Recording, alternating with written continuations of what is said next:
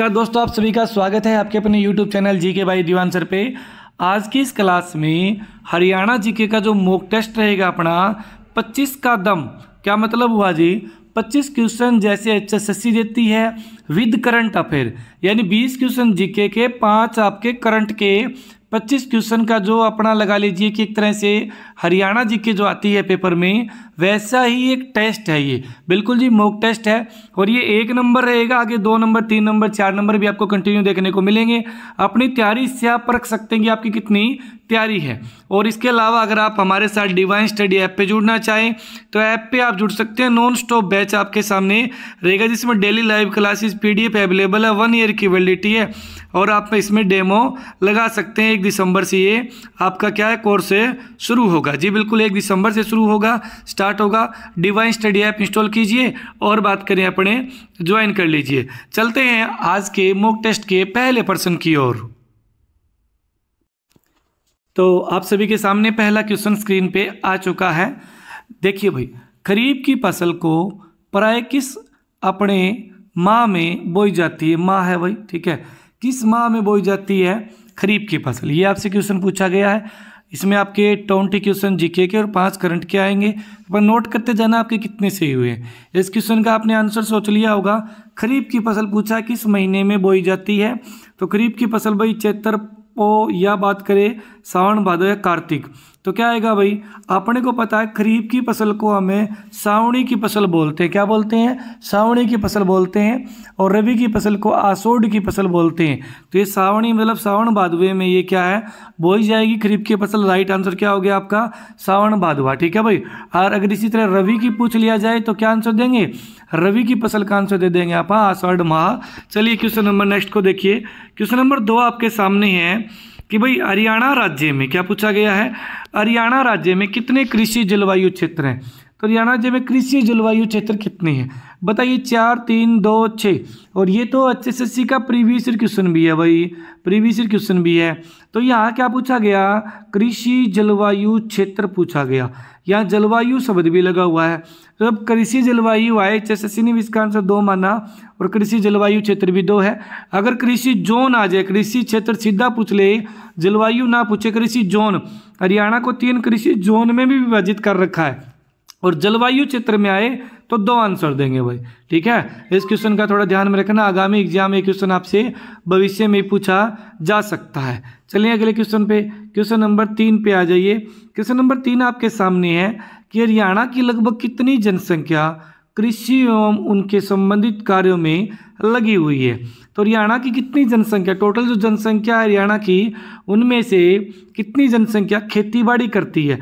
लगभग आधी, लगभग 1/3, लगभग 2/3, लगभग 3/4। तो सही आंसर क्या होगा? आप सभी ने सोच लिया होगा। सही आंसर होगा 3/4। 3/4 का मतलब क्या हो जाता है जी कि 100 में से अगर आप 3/4 निकालें तो आपका कितना हो गया? 75% के नीर भाई। लगभग पूछा गया ना, तो आपको 2-3 बातें ध्यान में रखनी है। देखिए, जैसे अगर आपसे पूछा जाए ऐसा क्वेश्चन तो आंसर आप डी दे देंगे। अगर पूछ ले कि कितनी प्रतिशत कृषि, परसेंटेज पूछ ले, 70% लोग खेतीबाड़ी में लगे हुए। हरियाणा कितने % भूमि कृषि योग्य है? तो खेती करने भूमि कितनी योग्य है? अगर भूमि पूछी जाए ना तो 81% योग्य है। और जनसंख्या 70% खेती करती है और ये 70% खेती करते हैं, लेकिन 54% लोग ऐसे हैं जो कि खेती पर निर्भर है। इतने टाइप के क्वेश्चन बनते हैं, 3 टाइप के भाई। चलिए क्वेश्चन नंबर नेक्स्ट पे चलते हैं। क्वेश्चन नंबर 4 आपके सामने है स्क्रीन पर, लीजिए। हरियाणा के मैदानी भाग में अधिकांश किस प्रकार की मिट्टी पाई जाती है? क्या पूछा गया? मैदानी भाग में अधिकांश रूप से कौन सी मिट्टी पाई जाती है? तो भाई पीले भूरे रंग की उपजाऊ मिट्टी, पथरीली मिट्टी, रेतीली मिट्टी या बलुई अपने क्या आएगा मृत्तिका मिट्टी। तो देखिए सही आंसर क्या होगा? सही आंसर मैदानी भाग में पूछा है तो पथरीली मिट्टी तो हरियाणा के पंचकुला क्षेत्र में, रेतीली भाई हरियाणा के दक्षिण पश्चिम में है, ब्लू ये भी दक्षिण पश्चिम में मिलती है। सही आंसर क्या हो जाएगा? पीले भूरे रंग की उपजाऊ मिट्टी आपका सही आंसर। पीले भूरे रंग की उपजाऊ सबसे अधिक मिट्टी की बात करें तो कैथल जिले में पाई जाती है। वहीं बात करूं लाल चेस्टनट मिट्टी आपकी यमुनानगर में पाई जाती है। डाबर मिट्टी आपकी थानेसर में पाई जाती है, और डाकर मिट्टी आपकी अपने क्या है जगाधरी क्षेत्र में पाई जाती है। भारी दोमट मिट्टी नारायणगढ़ और यमुनानगर के जगाधरी क्षेत्र में पाई जाती है। पलवल में भारी दोमट मिट्टी पाई जाती है, और दलदली जो मिट्टी है वो सिरसा जिले के दक्षिण में पाई जाती है। और अगले क्वेश्चन पे चलते हैं। क्वेश्चन नंबर अगले पे आ जाइए 5 नंबर पे। राज्य की प्रमुख व्यावसायिक फसलें कौन सी है? व्यावसायिक फसलें आपसे पूछा गया है, तो व्यावसायिक फसलें रहेगी, 1 मिनट भाई। अभी हरियाणा राज्य की व्यावसायिक फसलें पूछी गई है। व्यावसायिक फसल कौन सी है? गेहूं चावल है, गन्ना कपास है, कपास या चना है, या गन्ना या गेहूं है। तो आपको पता होना चाहिए व्यावसायिक का मतलब क्या हो गया, जो व्यापारिक उद्देश्य से या नकदी फसल भी बोल सकते हैं आप। क्या बोल सकते हैं? नकदी। तो व्यापारिक या नकदी फसल कौन सी है? तो गेहूं तो होगी नहीं भाई, है ना। अगर बात करें आप चना भी नहीं होगा, गन्ना आपने गेहूं, यहाँ गेहूं नहीं होगी। उत्तर क्या बचा? गन्ना और कपास। एक बार एग्जाम में आया था, अलग अलग दे दिए गए। जैसे एक में दे दिया गया आपके सामने चावल दे दिया गया, एक में आपको गन्ना दे दिया गया, एक में आपको कपास दे दिया गया भाई, और एक में आपसे दे दिया गया सरसों। पूछा गया इनमें से कौन सी नकदी फसल है आपकी नहीं है, ठीक है। और तो नकदी नहीं है, एक आप लगा लीजिए चावल था ऑप्शन में, ठीक है। 1 मिनट भाई, चावल नहीं था ऑप्शन में, था गन्ना भाई, ठीक है। और कपास भी था, सरसों था, लेकिन इनमें से कोई नहीं। तो देखिए हरियाणा में गन्ना और कपास तो क्या है आपकी भाई व्यावसायिक फसलें हैं, ठीक है। लेकिन उसमें सरसों को व्यावसायिक फसल नहीं माना गया था, ये बात थोड़ी आप ध्यान में रखना। ऑप्शन पर डिपेंड करता है, ऑप्शन पर्सन किस तरह ऑप्शन कैसे बना रखे हैं। गेहूं उत्पादन की दृष्टि से हरियाणा का भारत में कौन सा स्थान है? तो गेहूं उत्पादन में हरियाणा का स्थान पूछा गया है, भारत में 4था स्थान रहेगा। हरियाणा 12% अकेला गेहूं उत्पादन करता है भाई। प्रति एकड़ में पूछा जाता है ना भाई मेरे, प्रति एकड़ में, तो अब प्रति एकड़ में हरियाणा दूसरे स्थान पे है। पंजाब पहले पे है प्रति एकड़ में, हरियाणा दूसरे पे है, ठीक है भाई। चलें आगे। क्वेश्चन नंबर आप आ जाइए 7 नंबर पे। अगला क्वेश्चन है, राज्य के किन जिलों में संयुक्त रूप से धान का कटोरा कहा जाता है? राज्य के किन जिलों को संयुक्त रूप से, ये ध्यान रहे, संयुक्त रूप से धान का कटोरा पूछा गया है।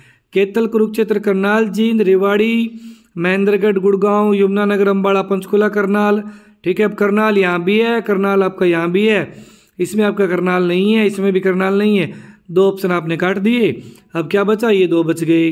तो आपको याद करना है संयुक्त रूप से धान का कटोरा के कुरुक्षेत्र, करनाल, कैथल किन जिलों में है? कुरुक्षेत्र, कैथल, करनाल 3 पहले में है, और एक जे हो जाएगा 4थे नंबर पे। सही आंसर क्या हो गया आपका? ए इसका सही आंसर हो गया जी। चलिए अगला क्वेश्चन है कि भाई किस मसाले का हरियाणा में ज़्यादा उत्पादन होता है? हल्दी का, मिर्च का, धनिया का, या जीरे का?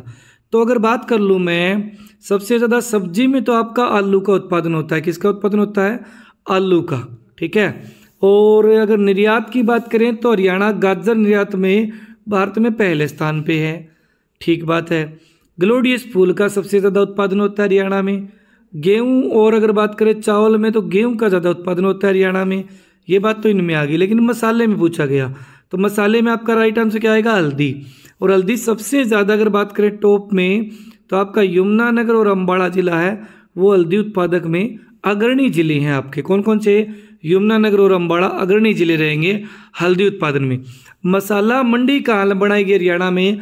मसाला मंडी अगर बात करूँ हरियाणा में, तो भाई ये बनेगी आपके सोनीपत में। कहाँ बनेगी? सोनीपत में मसाला मंडी बनाई जाएगी। सोनीपत के सिरसा गांव पड़ता है, सिरसा, ठीक है, वहाँ पर भाई।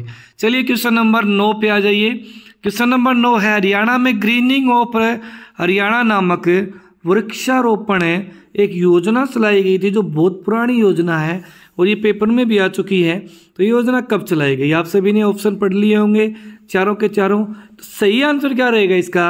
सही आंसर रहेगा आपका डी, कि भाई 89 और 90 में आपकी क्या है?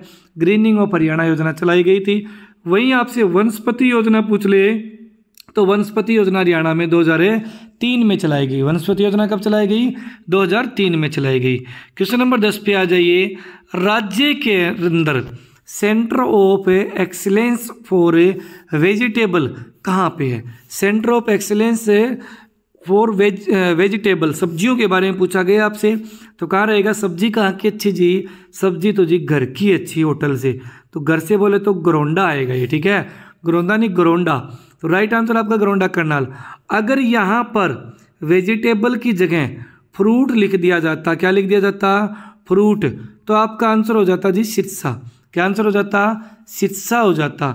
अगर यहाँ पर फ्रूट की जगह अगर लिख दे भाई फूल, है ना, फ्लावर लिख दे, तो आपका आंसर हो जाता झज्जर भाई, ठीक है।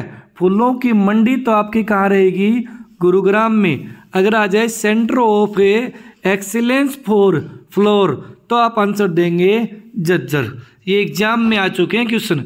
11 नंबर क्वेश्चन आपका है जी, हरियाणा में कौन सा हरियाणा का सर्वाधिक सर्व प्रमुख क्या है, इको पार्क है। तो हरियाणा का इको पार्क कौन सा है भाई, कालेसर वन्य जीव अभ्यारण्य, नाहर वन्य जीव अभ्यारण्य, भिंडावास, सुल्तानपुर। कालेसर यमुनानगर में है, नाहर रेवाड़ी में है, भिंडावास अगर बात करें तो आपका झज्जर में है, सुल्तानपुर आपका गुरुग्राम में है। तो सही आंसर इको पार्क में रहेगा सुल्तानपुर। सुल्तानपुर वन्य जीव अभ्यारण्य बना था 1971 में भाई, 72 में बना था ये जलीय जीव अभ्यारण्य, 72 में क्या बना था, जलीय जीव। 1991 में इसे राष्ट्रीय उद्यान घोषित किया गया था। चलिए क्वेश्चन नंबर 12 को देखिए, कालका नगर किस राष्ट्रीय राजमार्ग पर स्थित है। कालका नगर किस राष्ट्रीय राजमार्ग पे, NH1, NH2, NH22, NH10, और ब्रैकेट में नए NH के नाम लिखे गए हैं। तो भाई कालका जो है, कालका पंचकुला में पड़ता है, किस नेशनल हाईवे पे है, तो नेशनल हाईवे वर्तमान में बात करें 5 और पुराना नाम बात करें NH22 भाई, ठीक है, बिल्कुल। कालका कहाँ पड़ेगा, NH5 आज के टाइम में, पुराने टाइम में ना बात कर लें तो 22 पे आपका क्या पड़ेगा, कालका पड़ेगा। चलिए क्वेश्चन नंबर नेक्स्ट को देखिए, और वहीं पूछ ले जाए ना पिंजौर, तो पिंजौर NH7 पे है जी। हरियाणा में बाहरी वाहन प्रशिक्षण संस्थान कहाँ पे है, बाहरी वाहन प्रशिक्षण संस्थान पूछा गया है, हम्बाड़ा, चरखी दादरी, तावड़ू या मुरथल। तो सही आंसर रहेगा आपका सोनीपत का मुरथल। मुरथल में बाहरी वाहन है अपने क्या चालक प्रशिक्षण संस्थान रहेगा। अगर हरियाणा रोडवेज का, अगर आपसे हरियाणा रोडवेज कोऑपरेशन का पूछा जाए ना कि भाई प्रशिक्षण केंद्र कहाँ पे है, तो गुरुग्राम में। रोडवेज का कहाँ रहेगा, गुरुग्राम में रहेगा। वैसे हरियाणा परिवहन विभाग, आपका परिवहन विभाग पूछे तो चंडीगढ़ में है, लेकिन अगर रोडवेज का अगर बात करें ट्रेनिंग सेंटर वगैरह पूछ ले तो आंसर क्या हो जाएगा, गुरुग्राम हो जाएगा। हल्के अगर इंजीनियरिंग उद्योग पूछ लिए जाएं तो आंसर फरीदाबाद हो जाएगा। हल्के इंजीनियरिंग उद्योग का आंसर फरीदाबाद होगा जी। चलिए 14 नंबर पे आ जाते हैं, नेशनल हाईवे 71 जिसका आज के टाइम में नाम है 709, हरियाणा के किन 2 शहरों को जोड़ता है। तो जी 71A, ये एग्जाम में आ चुका है। 71A जो नेशनल हाईवे है ये आपका रोहतक से जाएगा, बिल्कुल जी, रोहतक सभी में है। रोहतक से जोड़ता है पानीपत को, बीच में आपका गोवाना भी आ जाता है, यानी सोनीपत का एरिया भी आ जाता है। लेकिन अभी ये 709 NH है ना जी, ये अभी ये आपका क्या है, अपने चरखी दादरी से होता हुआ भिवानी में भी जा रहा है। कौन सा, 709 नेशनल हाईवे, याद रहे जी। आगे तक इसका विस्तार कर दिया गया है, पुराना नाम 71A था। चलिए क्वेश्चन नंबर नेक्स्ट पे चलते हैं, द्वारका एक्सप्रेस वे किस किस को जोड़ता है। तो द्वारका से तो आएगा ही आएगा, द्वारका तो सभी में दे रखा है भाई मेरे, है ना। द्वारका के साथ आएगा आपका गुरुग्राम से, आंसर क्या रहेगा, Dwarka to Gurugram. Question number आपका 16 है, KMP के बारे में कौन सा कथन सत्य नहीं है। सोचिए जरा, कौन सा कथन सत्य नहीं है KMP के बारे में। KMP की कुल लंबाई 135.6 किलोमीटर है। KMP 4 राष्ट्रीय राजमार्गों से होकर गुजरता है। KMP 6 लेन का एक्सप्रेसवे हाईवे है। यह हरियाणा के 4 जिलों से गुजरता है। बताइए कौन सा गलत है। तो जी क्वेश्चन का 16 नंबर का आंसर है, देखिए A ऑप्शन बिल्कुल सही है। KMP की लंबाई 2 नंबर 4 राष्ट्रीय राजमार्ग को काटता है, ये बिल्कुल ये भी सही है। 6 लेन का ये भी सही है। 4 जिलों से गुजरता है, ये गलत है क्योंकि ये सोनीपत से शुरू होगा, है ना। सोनीपत के बाद में ये आपका झज्जर में आएगा, गुरुग्राम में आता है आपका, कुछ एरिया नू मेवात साइड, तावड़ू साइड निकलता है, फिर आपका पलवल हो गए, 1 2 3 4 5 हो गए।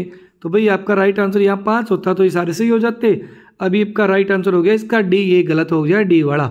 चलिए अगले पे आ जाइए, नेशनल हाईवे 71B जिसे 919 से आज के टाइम में कहते हैं हरियाणा के किन दो शहरों को जोड़ता है? तो कैथर भी किन को जोड़ता है?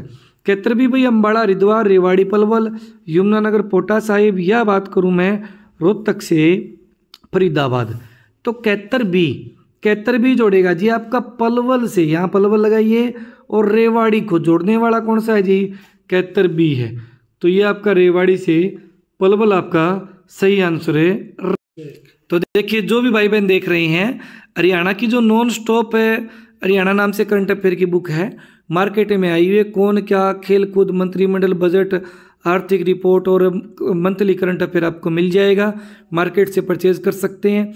हरियाणा की नई सोच, ये बुक भी मार्केट में अवेलेबल है। इसमें प्रीवियस ईयर क्वेश्चन हरियाणा के, प्लस में हरियाणा के सभी टॉपिक, इतिहास, भूगोल, राजनीतिक, विविध, सब कुछ दे रखा है।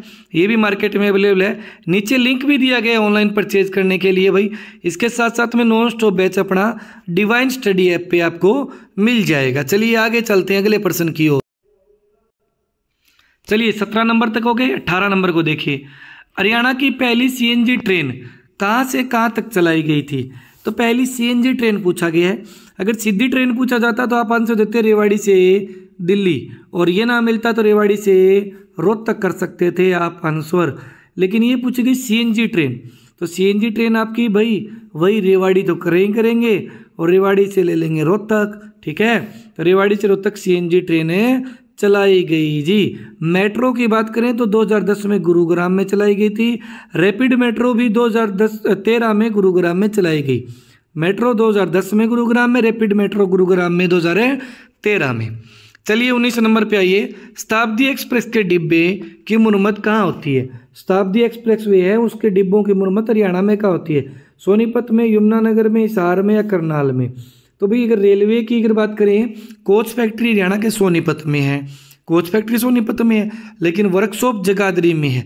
तो भाई आंसर क्या आएगा आपका? जगाधरी यानी यमुनानगर इसका सही आंसर हो जाएगा। 20 नंबर, हरियाणा की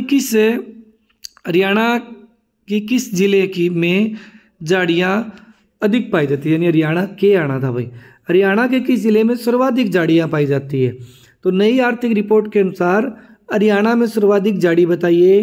पहले इसका आंसर हुआ करता था गुरुग्राम, अभी सबसे अधिक झाड़ियाँ महेंद्रगढ़ में पाई जाती है, और कम में आपका जींद आ जाएगा। अभी कम में कौन सा आ जाएगा?